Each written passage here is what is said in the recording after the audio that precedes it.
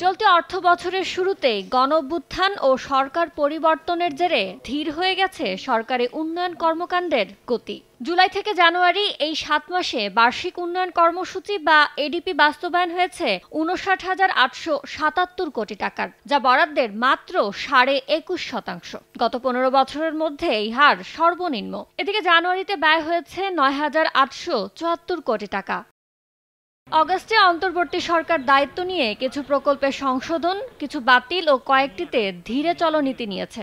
এতে উন্নয়ন কর্মকাণ্ডে খরচ কমে ব্যবসাতেও প্রভাব পড়েছে বলে জানান সংশ্লিষ্টরা। যদি ইনফ্লেশন কন্ট্রোল করেন তাহলে একটা গ্রুপকে আপনি দারিদ্র্য সীমা থেকে নিচে নামা থেকে আটকাতে পারবেন, কিন্তু আপনি যদি স্পেন্ডিং বন্ধ করে দেন আপনি কিন্তু আরেকটা গ্রুপকে তখন দারিদ্র্য সীমার নিচে নামিয়ে দেবেন। So it's a question of কার উপরে ইম্প্যাক্টটা সবচেয়ে বেশি পড়বে।